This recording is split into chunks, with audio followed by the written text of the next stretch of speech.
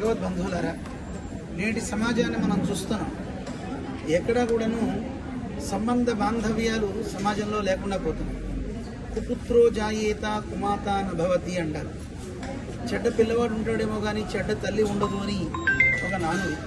కానీ ఇప్పుడు తల్లులు కూడా పిల్లల్ని చంపేవాళ్ళు తయారవుతున్నారు. అలాగే పిల్లలు కూడా తల్లుల్ని చంపేవాళ్ళు, అది ఎప్పటి నుంచో చూస్తూనే ఉన్నాం. అనేక రకాలుగా భార్యాభర్తల మధ్య కావచ్చు, తల్లిదండ్రుల మధ్య కావచ్చు, ఎవరి మీద ఒక రకమైనటువంటి ప్రేమ భావాలు లేవు. అందువల్ల మానవీయ విలువలు నేర్పే మహనీయుడు నేటి సమాజానికి కావాలి. అలాంటి వాడు సాక్షాత్తు శ్రీరామచంద్రుడు అని మనకి రామాయణం నిరూపిస్తుంది. అందుకే రామ హృదయం ప్రతి వ్యక్తికి కావాలి. రాముని హృదయం ఉంటే ప్రతి ఒక్కరూ కూడా కలిసిమెలిసి ఉంటారు. నాభ్యహింసన్ పరస్పరం అని రామాయణం చెప్తుంది. అందరూ కలిసి ఉండేవారట.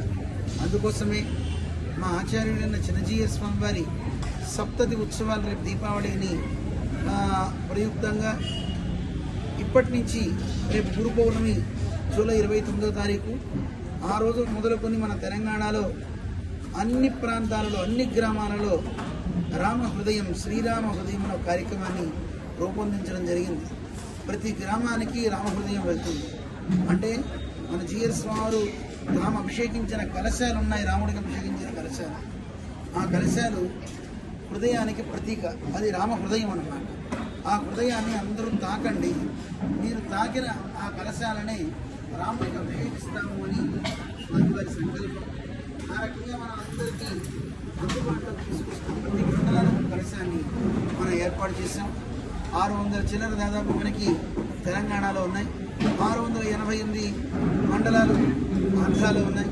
ఈ 2 రాష్ట్రాలకి ముందు 15 రోజులు ఇక్కడ మనకి తెలంగాణలో జరుగుతుంది. ఆషాఢ పౌర్ణమి నుంచి ఆషాఢ అమావాస్య దాకా ఈ కార్యక్రమం జరుగుతుందన్నమాట. ఈ కార్యక్రమంలో సుమారుగా అన్ని మండలాలని మన వాళ్ళు వెళ్ళి ప్రతి గ్రామానికి వెళ్ళి కలశాన్ని శోభాయాత్ర చేస్తూ అందరూ రామహృదయాన్ని కాకేలా చేస్తున్నారు.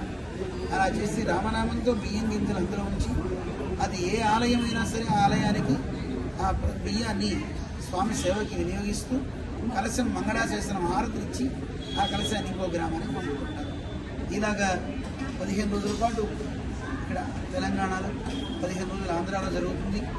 ఆసక్తి కలిగిన వాళ్ళంతా కూడా ఆయా ప్రాంతాల్లో మన వికాస తరగని సభ్యులతో కలిస్తే ఇంకా చక్కగా చేయొచ్చు. ఇప్పుడే కోలాట బృందాల వాళ్ళు అన్ని జిల్లాల్లో ఉన్నారు.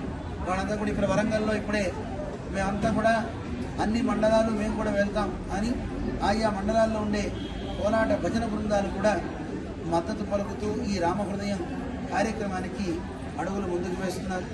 సమాజంలో అన్ని కుటుంబాలు బాగుండాలి అంటే ప్రతి ఇంట రాముడు లాంటి వ్యక్తి ఉండాలనుకుంటే మనందరం అడుగులు ముందుకు వేయక తప్పదు.